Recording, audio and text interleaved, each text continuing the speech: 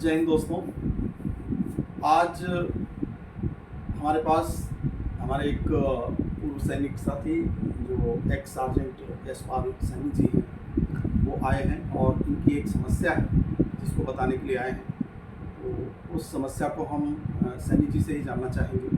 साथ में हमारे जिलाध्यक्ष लखनऊ अजय श्रीवास्तव जी भी मौजूद हैं। सैनी जी, क्या प्रॉब्लम है? सर, मैंने फरवरी 2024 में घर बनाने का कॉन्ट्रैक्ट घरबनाओ.com कंपनी को दिया था और कंपनी ने लिखित में एग्रीमेंट करते हुए कि 6 महीने में मकान बना के तैयार करेंगे और टोटल जो उन्होंने एस्टीमेट बना के दिया मुझे मेरे प्रोजेक्ट के हिसाब से 90 लाख रुपए का आसपास का एस्टीमेट है, जिसमें 80 लाख रुपए मैं उनको पहले से दे चुका हूं, लेकिन वो अभी आगे काम करने को तैयार नहीं है और पैसे की डिमांड कर रहे हैं। और पिछले एक सवा साल में हमेशा सर उनका यही रवैया रहा है कि पैसा दीजिए, नहीं काम बंद कर देते हैं, फिर पैसा दीजिए, काम बंद कर देते हैं, और ऐसे करते करते वो 80 लाख रुपए मेरे से टोटल ले चुके हैं। अभी आपका काम कब से बंद है? सर, ये अप्रैल से बंद है सर काम। अप्रैल से काम बंद है और 80 लाख रुपए आप दे चुके हैं। और टोटल काम का अगर कैलकुलेशन किया जाए तो कितना पेमेंट बनती है? टोटल पेमेंट लगभग 90 के आसपास बनती है सर, जिसमें से 80 की पेमेंट मैं कर चुका हूँ। 90 की पेमेंट टोटल बनती है, जिसमें 80 का पेमेंट ये कर चुके हैं और काम जो है वो अभी 80% भी नहीं हुआ है, 75% भी नहीं हुआ है। जी सर। तो ऐसी स्थिति में और 2 महीने से वो काम न कर रहा है और न इनसे बात कर रहा है।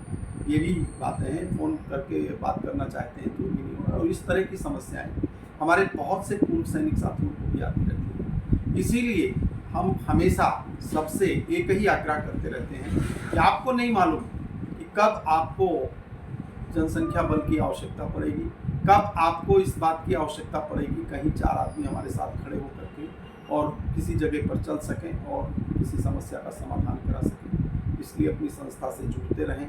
सभी पूर्व सैनिकों को बोलें कि वो कम से कम संस्था से जुड़ें और जुड़ करके अपने सामान्य दिनचर्या चलाते रहें। लेकिन कम से कम अगर संस्था से जुड़े रहेंगे, कभी कभी दर्शन देते रहेंगे, तो ये हो सकता है कि कभी ऐसी कोई भी समस्या उनके साथ आती है या उनके किसी मित्र के साथ आती है तो उनके लिए लोग खड़े हो सकेंगे और वो भी किसी के लिए खड़े हो सकेंगे। अब इसमें हम जिलाध्यक्ष जी से जानना चाहेंगे कि क्या भूमिका इसमें निभाई जा सकती है संस्था की? देखिए, यशपाल जी का जो कहना है कि 60-70% काम हुआ है और इन्होंने लगभग 90% पैसा ले लिया है। तो इन्होंने ये भी बताया है कि लीगल नोटिस भी उसको दी गई है, लेकिन उस पर भी उसने कोई जवाब नहीं।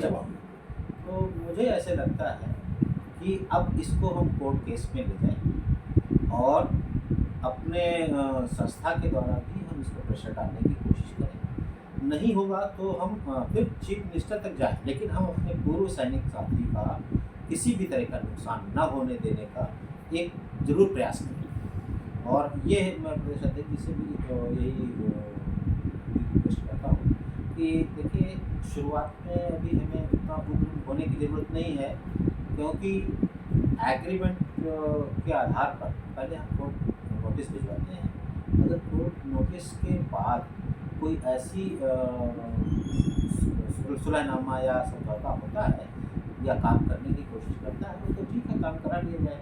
अगर नहीं काम करता है तो हम उससे इनका हर्जाना खर्चाना भी चाहिए, क्योंकि 6 महीने के काम कंप्लीशन टाइम देने के बजाय आज 1.5 साल हो रहा है और इसने कोई काम नहीं किया। ये बेचारे किराया भी दे रहे हैं, रह भी रहे हैं, बिजली का खर्चा भी है, लोन ले लिया, उसकी किस्त भी अदा हो रही है, तो इन सब चीज़ों का हर्जाना भी उसकी लायबिलिटी है। ठीक है, आपने अपने सुझाव दिए और अभी मैं इस वीडियो को अपने ग्रुप पर डालूंगा, लखनऊ के ग्रुप पर भी डालूंगा और दूसरे ग्रुपों पर भी डालूंगा। और मैं ये जानना चाहूँगा कि लोगों की इस संबंध में क्या राय हो सकती है, क्योंकि देखिए, जब हम एक संस्था के रूप में, एक संगठन के रूप में किसी चीज़ को अप्रोच करते हैं तो उसका एक प्रभाव अलग होता है। अब इस मामले में भी कोर्ट का एक रास्ता ज़रूर है, लेकिन कोर्ट का रास्ता हम सब जानते हैं काफ़ी लंबा होता है और काफ़ी जो है पेचीदा भी होता है, कष्टदायक होता है। ठीक है, इसमें समय भी जाता है। अब ये किराए पर कहीं रह रहे हैं ऑलरेडी, ये उम्मीद कर रहे थे कि हमारा अगले 2-3 महीने में मकान तैयार हो जाएगा और मैं उसमें शिफ्ट हो जाऊंगा, लेकिन वो मकान 2-3 महीने से अपनी जगह रुका हुआ है, काम ही नहीं हो रहा है उस पर। शिफ्ट होने की तो बात ही छोड़ दीजिए, आज इस टेंशन में है कि वो बंदा बात तक नहीं कर रहा है। तो अभी हम लोग किस तरह से आगे बढ़ें ये हम विचार आप सब पर छोड़ते हैं। मैं सिर्फ ये जानना चाहता हूँ कि हमारे जितने भी पूर्व सैनिक लोग साथ में जुड़े हुए हैं वो कम से कम अपनी तरफ से कोई विचार व्यक्त करेंगे कि हाँ, इस काम को इस तरह से हमें करना चाहिए। ये समस्या आज यशपाल सैनी जी की है, ये केवल एक इनकी समस्या नहीं है, ऐसी समस्याएं हमारे पास अक्सर आती रहती हैं और अब हमने ये सोचा है कि ऐसी समस्याओं को हम वीडियो के माध्यम से ग्रुपों पर डालते रहेंगे, जिससे लोगों को ये पता चले कि हाँ, समस्याएं कितनी हैं।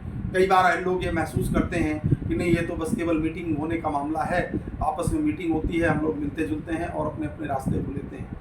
लेकिन ऐसा नहीं है, लोग समस्या में हैं और हमारी एकजुटता उनकी समस्याओं के समाधान के नज़दीक पहुंचा सकती है। बहुत बहुत धन्यवाद। जय हिंद।